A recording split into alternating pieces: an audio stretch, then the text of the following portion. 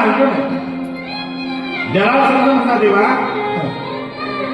तू युद्धाच्या लायकीचा नाही, तू युद्धातून पळून जातो.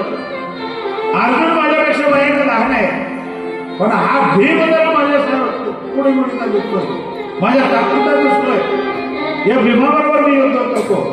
आणि मग दुसऱ्या दिवशी रंगशाळा रंगमंच उभा करण्यात आला आणि यांना दिलेलं दान आणि युद्ध करायच्या ठरवलं. भीम आणि जरासंधाचं बरोबर युद्ध सुरू झालं, कुस्ती सुरू झाली. आणि कुस्ती करीत असताना भीम दादा जरासंधाचा डाव टाकण्याच्या ठिकाणी खाली पाडला. ज्यावेळेस खाली पाडलेले जरासंधाच्या खालच्या पायावर एक पाय दिला, दुसरा पाय हातामध्ये घेतला आणि कपडा बाळावा असा मधातून जरासंध पाडला. ज्यावेळेस मधातून जरासंध पाडला, दोन तुकडे झाले, दोन बाजूला फेकून दिले. 10 मिनिटाचा कालावधी लुटून जातो.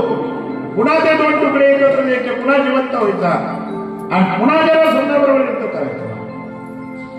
असं 2दा 4दा 5दा 10 वेळे झालं. सूर्य मावळू लागला, भीम घामाघूम झाला आणि शेवटी संध्याकाळी युद्ध थांबलं. दुसऱ्या दिवशी त्यावेळेस त्या ठिकाणी भीम रात्री देवाला म्हणतो, तेव्हा मारायचं होतं, तुम्ही मारायचं म्हणून असंही ताणून मारायचं असतं. ब्राह्मणाकडून घेऊन रक्त खायला लागलं म्हणजे तू देवा जरासंध का करत नाही. भगवंतांनी सांगितलं भीमा माझ्याकडे करून युद्ध कर. आणि मग दुसऱ्या दिवशी युद्ध सुरू झाला आणि दुसऱ्या दिवशी भीमाने डाव टाकला, जरासंध खाली पाडला. खालच्या पायावर पाय दिला, वरचा पाय हातात घेतला, काय दिसत जरासंध पाडला. पाडल्याबरोबर त्या ठिकाणी भगवान परमात्मा हातात एक काडी घेतली. त्या काडीने 2 तुकडे केले. उजवा भाग डावीकडे, डावा भाग उजवीकडे फेकला. भीमाच्या लक्षात आलं आणि 2 तुकडे विरुद्ध दिशेला टाकल्याबरोबर या ठिकाणी त्या जरासंधाचा वध झाला. तरपडून त्याच्याकडून प्राण निघून गेला.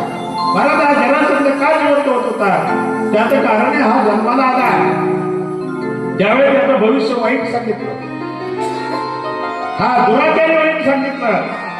आणि मग असा दुराचारी लेकरून ठेवण्यापेक्षा मारलेलं बरं म्हणून याला रानामध्ये तुकडे करून फेकून दिले. ज्या वनामध्ये ते तुकडे फेकून दिले त्या वनात जरा नावाचे राक्षसी राहते. तिथे हे तुकडे जमा केले आणि ते शिवले. शुक्राचार्याकडून जाऊन अमृत आणलं, त्याच्यामध्ये टाकलं आणि त्याला जिवंत केलं. जरा नावाच्या राक्षसीने शिवला म्हणून जरासंध असं संत म्हणजे शिवले. आणि त्या अमृतामुळे तो या ठिकाणी पुन्हा जिवंत होत होता.